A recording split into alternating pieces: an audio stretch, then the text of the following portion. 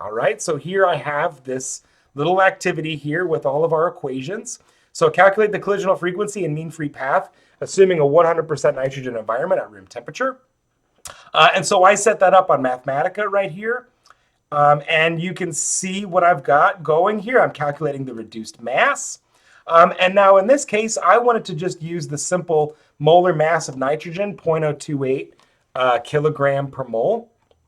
Right, so let's see, big M for nitrogen is 0.028 kilogram per mole.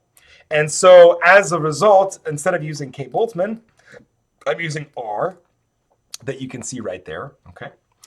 So I also calculated the collisional cross-section, even though it was available in Atkins, using a nitrogen radius of 1.85 angstrom is a pretty reasonable radius for the nitrogen molecule. Okay, so that's something like this, right? If I assume nitrogen is something like a sphere, even though it's more like maybe an oval or something like that, okay? So a reasonable value for this radius is about 1.5 angstroms.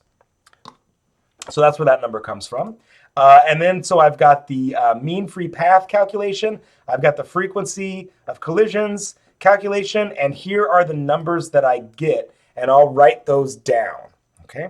So we get that C bar relative equals, I calculate 671, I'll just keep it in 3 sig figs, meters per second.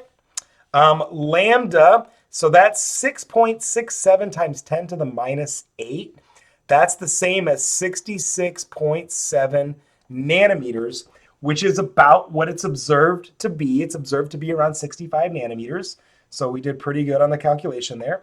And Z is 7.11 times 10 to the 9th.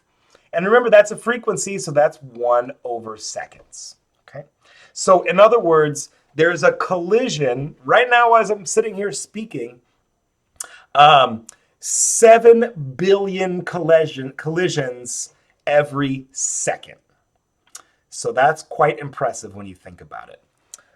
Okay, folks, so that's good for collisions in the mean free path. So we'll continue on.